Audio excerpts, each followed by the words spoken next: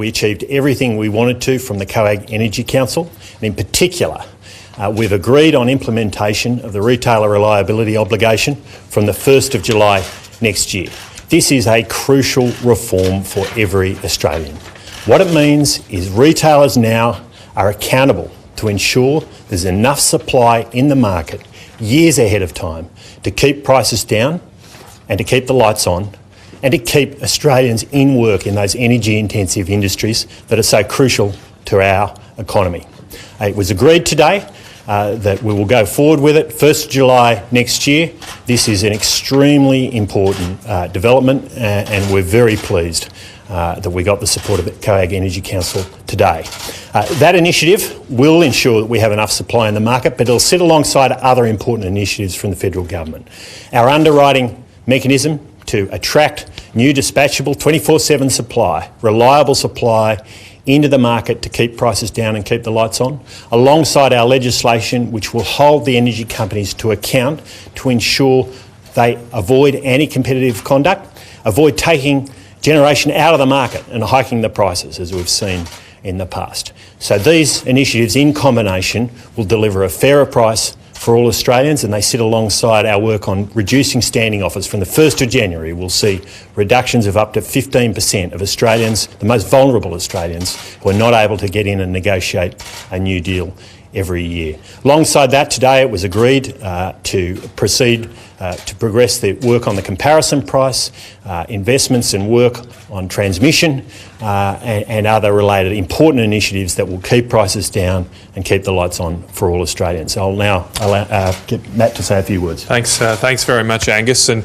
it was a productive meeting today, a very important meeting for all Australians. We must ensure that our electricity supplies are reliable and become more affordable than they currently are.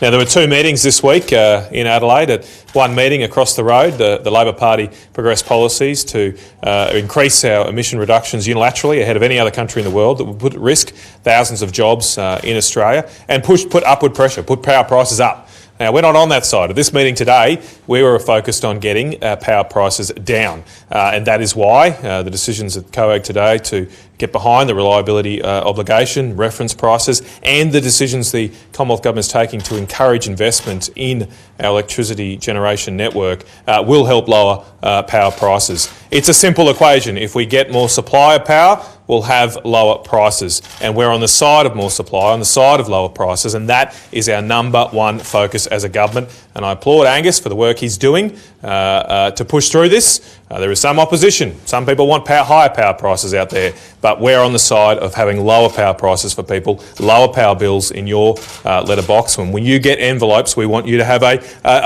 nice surprise, not a bill shock. Minister, it sounds like you stared down a revolt from the states on the emissions obligation. Did you shut down debate? Well, we got a good outcome. We didn't get distracted, and we won't get distracted. We have a very clear focus.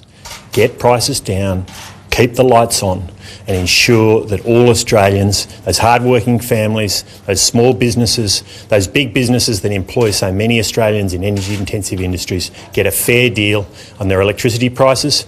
Our country is built on having a fair deal on energy. It has been for a long, long time.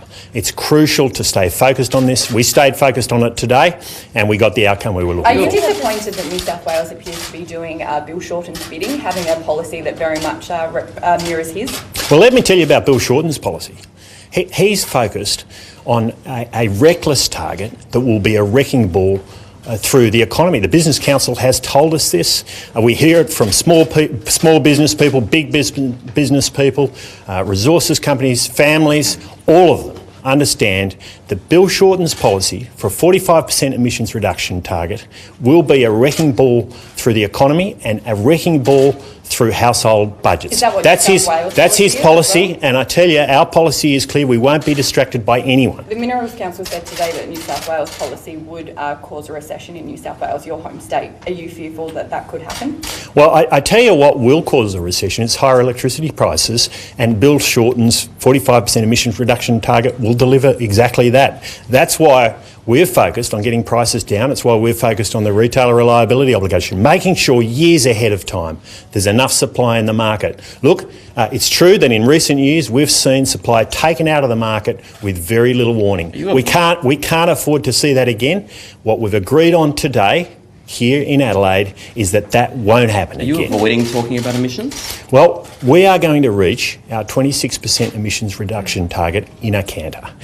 We saw numbers this week, we've put out numbers this week that tell us that by 2023 we will be well ahead of our target, which is set for 2030. This is 7 years ahead of time, 7 years ahead of time. So we're in good shape on emissions reduction. It's hard work that's been done.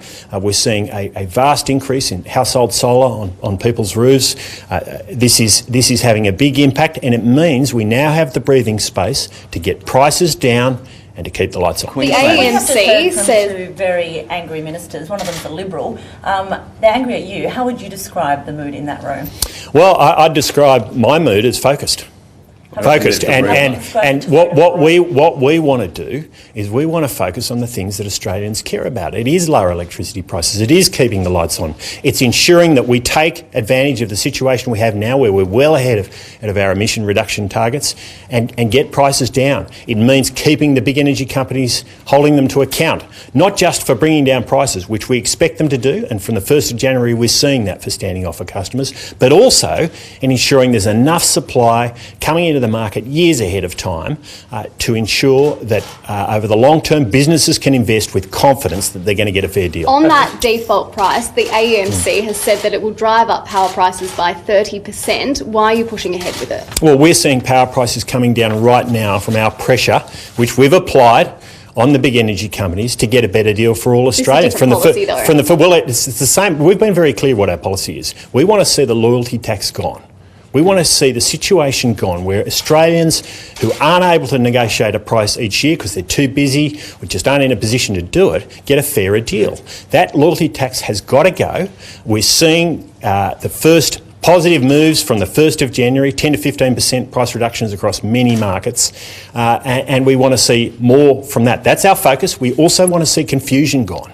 When you get your bill, it is confusing. That's the truth. And that confusion must go.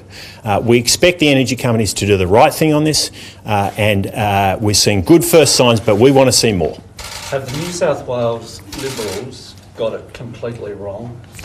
Well, I tell you what we got right in that room today. We got right a focus on lower prices while we keep the lights on. That was the outcome. And it's outcomes. I have spent my career focusing on outcomes. We can all get obsessed with the process, but it's the outcomes that matter to every Australian. Lower prices, more supply, keeping the lights on, a fairer deal. It's the outcomes I'll fight for every day, and that's a robust process. You have to be prepared to fight to get good outcomes, and that's exactly what's happening here. It seems like New South Wales' most important priority today is something you don't even want to talk about. Is New South Wales' priorities wrong? Well, what priority were you talking about? The emissions obligation that you seem to not want to talk about at all. Well, I'm telling you, our emissions target is 26% by 2030. We'll be at 28% reductions by 2023. We are way ahead of target here. We're going to achieve it. And what that means is we can focus on getting prices down while we keep the lights on, keeping jobs in those crucial sectors, aluminium smelting, irrigators, right across our manufacturing sector, cafes, delicatessens, you name it, refrigerated abattoirs, refrigerated businesses. All of them rely on low energy prices, and we're focused on getting those prices down and making sure Australians get a fair deal. Any other questions? Thank you. Thank you. Thank you.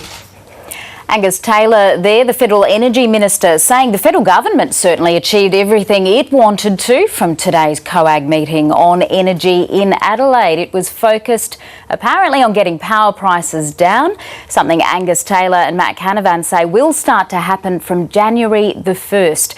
Mr Taylor saying consumers can expect to see reductions of up to 15%. He says retailers will be held accountable to ensure there'll be enough supply in the market and to avoid anti-competitive behaviour. Now, some state ministers this afternoon from New South Wales and Queensland have criticised the Minister, Angus Taylor, for shutting down debate on emissions policy. Now, we're going to go to the weather quickly.